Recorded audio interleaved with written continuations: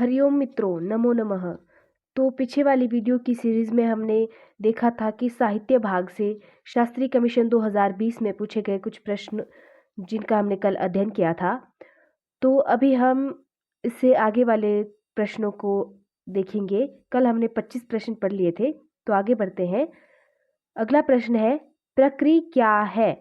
तो प्रकृति जो है वो अर्थ प्रकृति है। ठीक है। नाटक के अंत में राष्ट्र कल्याण की कामना से प्रयुक्त किया जाने वाला पद्य कहलाता है। तो नाटक के अंत में जो राष्ट्र कल्याण की कामना के लिए जो प्रयुक्त पद है वह है भरत वाक्य। और नाटक की शुरुआत में क्या किया जाता है? तो नाटक की शुरुआत में जो है नांदी की जाती है। ठीक है, आगे बढ़ते हैं।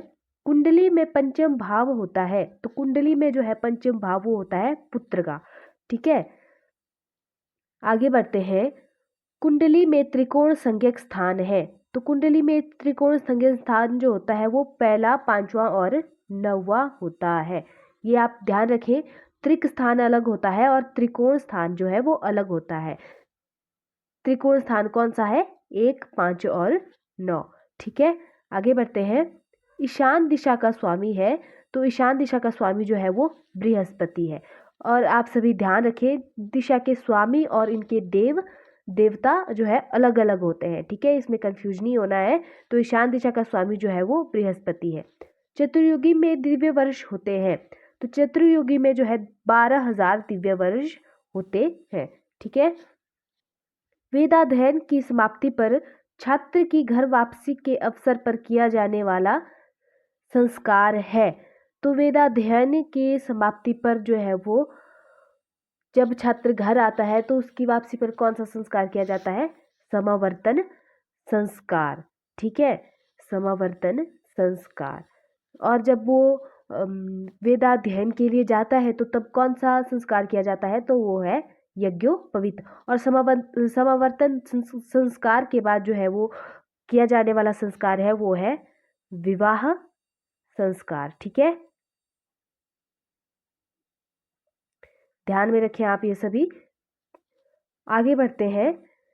छल से अपहृत कन्या से किया जाने वाला विवाह कहलाता है। छल से अपहृत अर्थात किसी कन्या का अपहरण करके उसके साथ विवाह करना जो है वो कैसा विवाह कहलाता है? तो वो विवाह कहलाता है राक्षस विवाह। ठीक है, विवाह जो है 8 प्रकार के होते हैं। अगर आपको इन पर टिप्पणी चाहिए होगी तो आप मुझे बता दें, तो मैं इस पर एक पूरा वीडियो बनाऊंगी। आगे बढ़ते हैं। श्रीमद् भगवत गीता का कौन सा अध्याय कर्मयोग कहलाता है? तो ये सभी को पता ही होना चाहिए। श्रीमद् भगवत गीता जो है वो 3रा अध्याय कर्मयोग कहलाता है। श्रीमद् भगवत गीता में जो है वो 18 अध्याय है, 700 श्लोक है और प्रत्येक अध्याय का जो है अलग नाम है। तो ये सभी आप ध्यान में रखें। ठीक है, आगे बढ़ते हैं। योगक्षेम वहाम्यहम किसका ध्येय वाक्य है?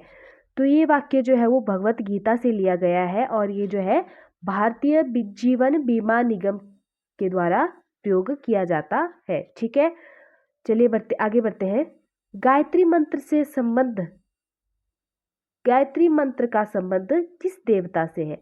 तो गायत्री मंत्र का संबंध जो है वो सविता देवता से है। ठीक है, आगे बढ़ते हैं। जलज कौन सा शब्द है?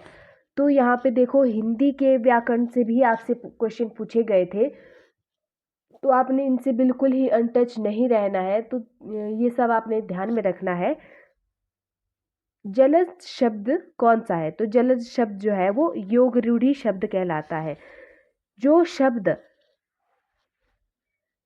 अपने आप में अर्थ नहीं देता परंतु दूसरा अर्थ निकालता है, अपने से अलग अर्थ निकालता है, वो शब्द जो है योग रूढ़ी शब्द कहलाता है। ठीक है, अगला प्रश्न है, प्रातः काल में उपसर्ग है। तो प्रातः काल में उपसर्ग है, ये बहुत कॉमन सा प्रश्न है, ये सबको पता ही होना चाहिए। तो प्रातः काल में जो प्रश्न उपसर्ग है वो है प्र उपसर्ग। ठीक है, प्र उपसर्ग। खाल खींचकर भूसा भरना मुहावरे का अर्थ है। तो इस मुहावरे का अर्थ है बहुत मारना। अगला हमारा लास्ट प्रश्न है, प्रमुख का विलोम शब्द है, तो प्रमुख का विलोम शब्द जो है वो गौण है। ठीक है, तो ये थे हमारे आज के कुछ प्रश्न। तो आशा करती हूँ आप सभी को अच्छे लगे होंगे। तो वीडियो को लाइक, शेयर और कमेंट ज़रूर करें और सब्सक्राइब करना ना भूलें, ताकि मैं आपके लिए ऐसे ही अच्छे अच्छे वीडियो लेकर आती रहूँ और आपकी कमीशन की तैयारी करवाऊँ, टेट की तैयारी करवाऊँ। तो ठीक है।